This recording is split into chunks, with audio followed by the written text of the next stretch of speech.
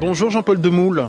Bonjour. Vous êtes professeur émérite en proto-histoire européenne à l'université Panthéon-Sorbonne, membre honoraire de l'Institut universitaire de France et vous venez de publier Préhistoire du confinement chez Gallimard dans la collection Tracts de crise.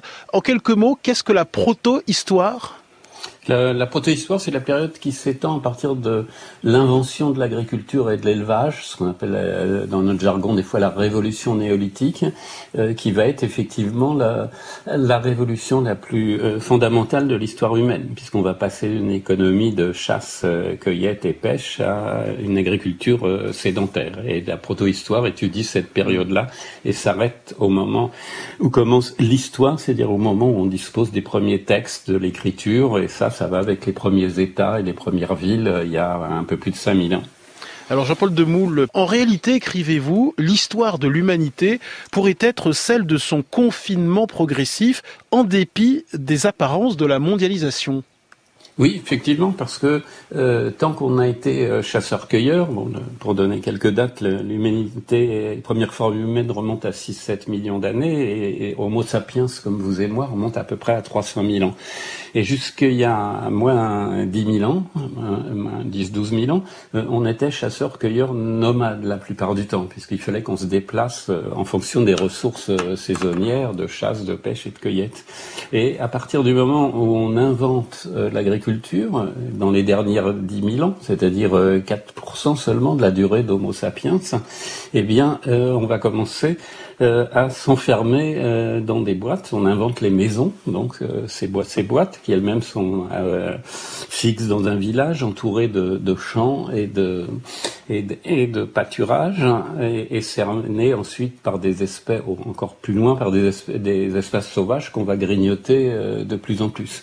Donc à partir du moment où on devient des agriculteurs sédentaires, on commence à se confiner et ensuite ça va s'accentuer parce qu'on va l'humanité grâce à l'agriculture explosera en nombre. On passe de 1 ou 2 millions d'habitants sur toute la planète il y a 10 000 ans aux 7 milliards actuels. Donc on va grossir de plus en plus, on va passer au niveau des villes. Dans les villes, vous ne bougez même plus puisque la nourriture va à vous sous la forme de commerce, comme on peut le voir déjà dans des villes comme Pompéi. Et puis, eh bien maintenant, vous n'avez même plus à aller jusque chez votre marchand, puisque vous pouvez vous faire livrer à domicile, et bientôt ce sera même plus des humains, mais des drones. Toutes ces concentrations humaines et animales vont favoriser les épidémies. Oui, évidemment, parce que l'archéologie, la génétique montre que la plupart des épidémies, enfin beaucoup de maladies étaient attestées chez les chasseurs-cueilleurs, mais comme c'était des petits groupes de quelques dizaines de personnes nomades et peu en contact les unes avec les autres, les groupes les uns avec les autres, ces épidémies éventuelles avaient peu de conséquences. À partir du moment où vous concentrez des gens de plus en plus nombreux, immobiles, en plus au contact avec des animaux domestiques qui peuvent donner des maladies comme la brucellose du mouton ou la tuberculose des bovidés, mais aussi les espèces dites commensales, c'est-à-dire les rats, les blattes, les puces des rats qui apportent la peste, avec les problèmes d'hygiène, d'eau potable, d'évacuation des déchets que vous avez dans les villages puis dans les villes. Et évidemment, vous donnez toutes les conditions favorables à des maladies, et même actuellement on en a accumulé d'autres avec les antibiotiques, la résistance aux antibiotiques, les trop d'hygiène peut provoquer des maladies auto-immunes, etc. Jean-Paul Demoule, en étant un peu provocateur, l'agriculture est un peu la mère de beaucoup de vices. À la fois, elle a permis d'allonger la durée de vie, d'éliminer les sociétés de chasseurs-cueilleurs, de provoquer la 6e extinction massive des espèces, de sélectionner les espèces qui nous plaisaient et de détruire celles qui nous plaisaient pas. Mais c'est aussi ce que les sociétés en font. Il y a eu de par l'histoire et encore maintenant des sociétés très inégalitaires et violentes et d'autres qui l'étaient beaucoup moins. Donc l'agriculture, c'est ce qu'on en fait. Hein. C'est nous qui sommes responsables de ce que nous faisons. C'est pas une espèce de destin qui nous serait tombé sur la tête. Pourquoi les agriculteurs sont-ils en général en moins bonne santé que les chasseurs-cueilleurs? Qu'avez-vous observé? Oui, c'est ce qu'on constate sur les squelettes dans les premiers temps de l'agriculture, au point qu'on croyait au début que c'était même deux populations complètement différentes. Mais c'est qu'effectivement l'agriculture va apporter une nourriture qui est finalement plus monotone, moins variée, plus sucrée aussi, plus molle, à base de céréales, ce qui fait que c'est à partir de l'agriculture qu'on voit les caries dentaires exploser.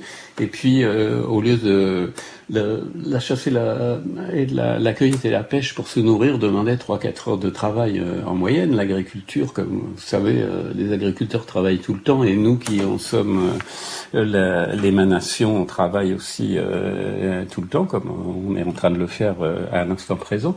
Et donc, l'agriculture va provoquer des gestes à la fois beaucoup plus nombreux et en même temps complètement répétitifs, et plus cette nourriture pas vraiment adaptée, qui fait qu'au bout actuellement on a 1 ou 2 milliards d'individus en surpoids, 40% des individus aux États-Unis. Tout ça effectivement va provoquer un certain nombre de problèmes sanitaires, même si ça va être compensé progressivement par les progrès de la médecine. Avec l'avènement de l'agriculture, les humains ne vont cesser de croître, avec 3 grandes conséquences, Jean-Paul Demoule.